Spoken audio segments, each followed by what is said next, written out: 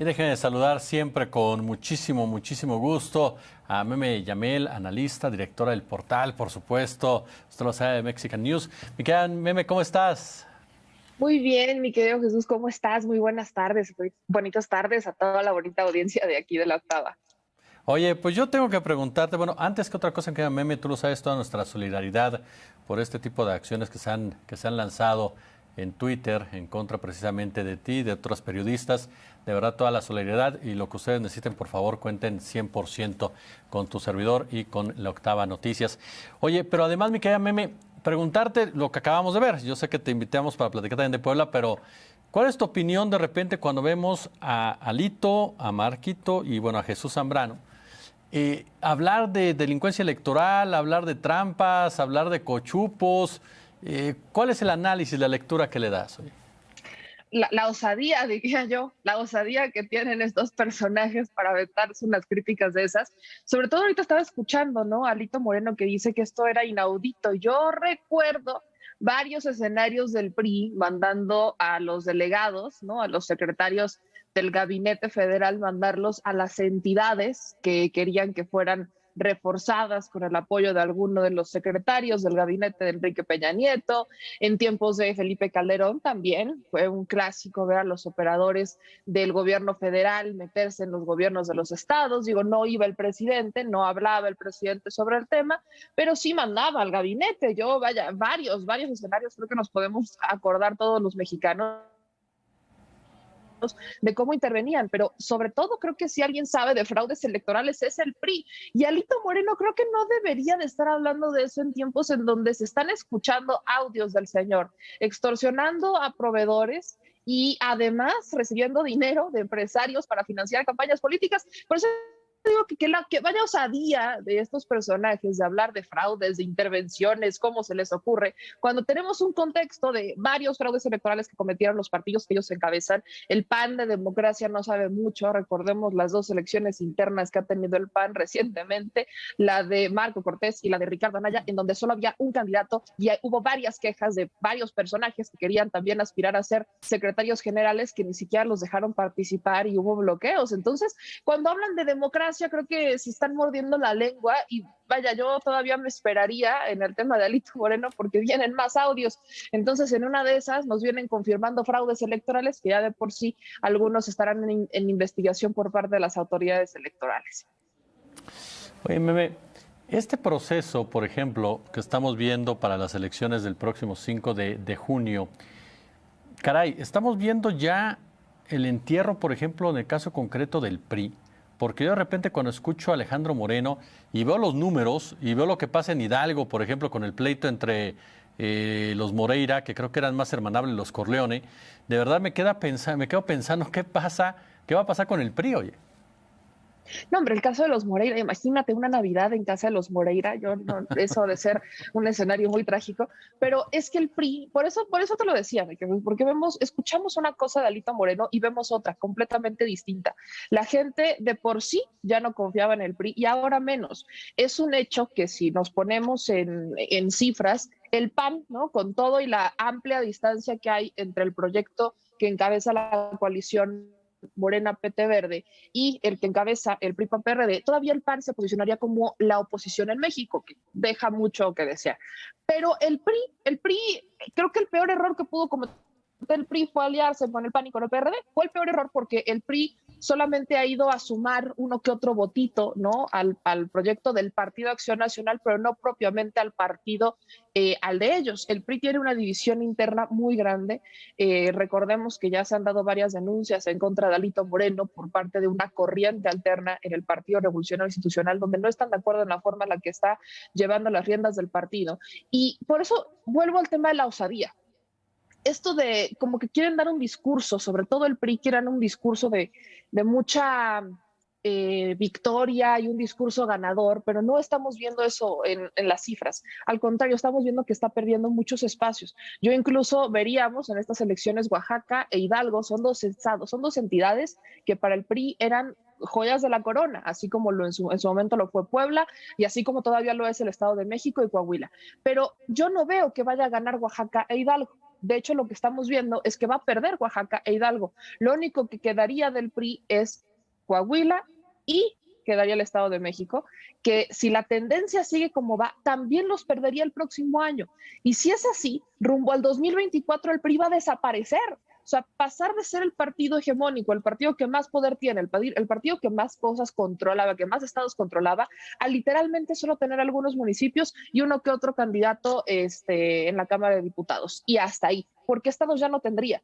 El Partido Revolución Institucional ha perdido muchísimo y gran parte de esto es porque no ha escuchado a su militancia, porque la olvidó y porque se ha centrado en el grupito que está hasta arriba, ¿no? En las élites. El PRI se convirtió en un partido Acción Nacional y es algo que no quieren reconocer, pero ahí están aliados con Marco Cortés y con los chuchos.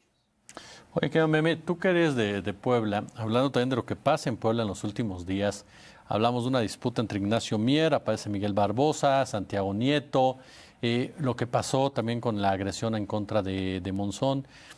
¿Qué pasa en Puebla? ¿Cuál es tu lectura de lo que está pasando en este momento en el estado de Puebla, tanto en materia política como el tema, como acabamos de mencionar en este instante, de este tipo de agresiones, de violencia, asesinatos en contra de un activista? Puebla es un limbo desde hace muchos años. De no ser por lo que está haciendo el presidente López Obrador, los proyectos federales, Puebla sería un limbo realmente, porque el gobernador Barbosa sí llegó con la bandera de Morena y sí, por ejemplo, ahorita pasaban el tema de Bonafont. Barbosa ha sido muy crítico de lo de Bonafont, ha sido un personaje que desde sus conferencias de prensa lo cuestiona mucho, pero en los hechos se queda solamente en eso, en el cuestionamiento. Son pocas cosas las que le podemos atribuir al gobernador Barbosa.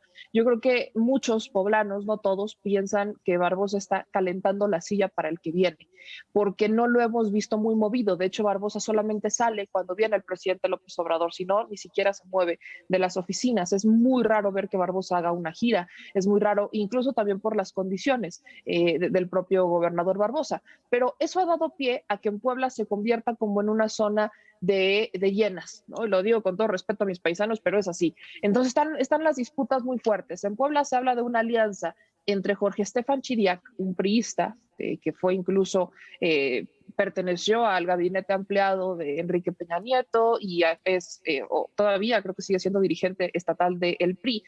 Es un personaje que han relacionado con el caso de Cecilia Monzón. Ella lo denunció, ¿no? Cecilia Monzón denunció a Jorge Estefan Chiriac en el 2018 por falsificar una firma para sacarla de la contienda en Cholula, ¿no? A Cecilia Monzón. Entonces es un personaje que ha tenido varias denuncias, que se ha visto involucrado en varios escándalos en Puebla relacionados con desvío de recursos y demás. Entonces se habla de una alianza entre Jorge Estefan Chiriac y Alejandro Armenta Mier para que entre los dos se disputen quizás la gubernatura. Jorge Estefan quiere ser gobernador por parte del PRI o candidato del PRI, Alejandro Armenta Mier quiere ser candidato por parte de Morena, pero entonces entra el factor Nacho Mier.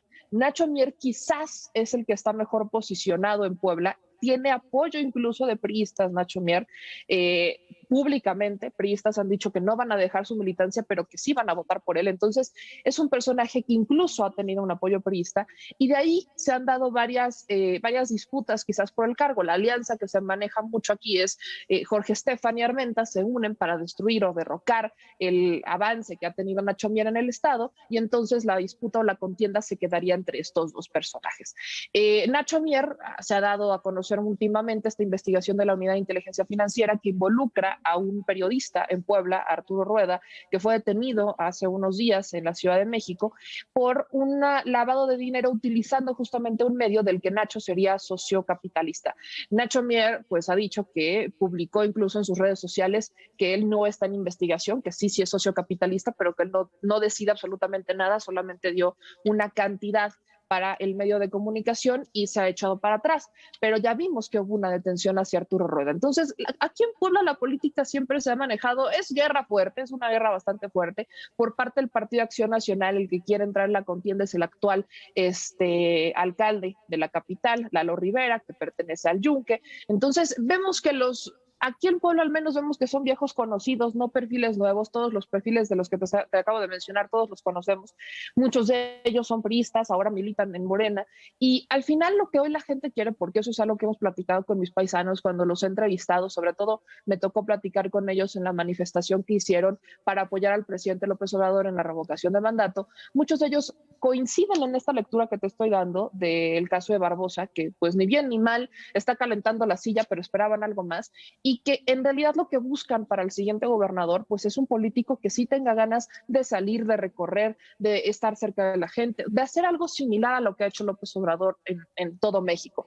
Entonces, eso también creo que es complicado, porque Andrés Manuel López Obrador es un político que solamente ayunó, él ha demostrado con hechos lo que es recorrer México, lo que es conocer México, y no solamente se trata de ir a eventos, ¿no? Como los mítines de la reforma eléctrica, no solamente se trata de ir a las famosas fiestas de pueblo, se trata de ir a los lugares difíciles, por ejemplo en Juan Cebonilla con el asunto del agua, son varios estados, varios municipios, perdón, en Puebla que tienen complicaciones, por ejemplo hablemos de la Sierra Norte, en donde está una presencia importante del crimen organizado, ve Carranza, el triángulo del Huachicol, ¿no? Que abarca desde Tepeaca, Quecholac, Palmar de Bravo. O sea, son municipios que requieren una atención que si bien ha tenido un avance, por ejemplo, el tema del Huachicol a raíz de la implementación del presidente López Obrador de su política en Pemex, pues todavía hay un huachicoleo de gas, ¿no? Y el huachicoleo de gas aquí en Puebla se da en las colonias de la capital y también en los alrededores. Son temas complejos. Las soluciones no se han dado propiamente y la guerra va a estar complicada, va a ser una guerra ruda, porque te acabo de dar un panorama en donde se estarían uniendo un morenista con un priista para derrocar a otro morenista y que la contienda se quede solamente entre ellos y lograr desplazar así al Partido Acción Nacional. Mi querida y admirada Meme Yamel, yo como siempre te agradezco la generosidad con la octava y tu lectura siempre interesante del tema de la política. Te mando un fuerte abrazo, Meme. Yo te mando un abrazo, gracias por todo el apoyo, mi querido Jesús, y gracias a toda la audiencia de la octava. Un abrazo. Gracias, hasta pronto.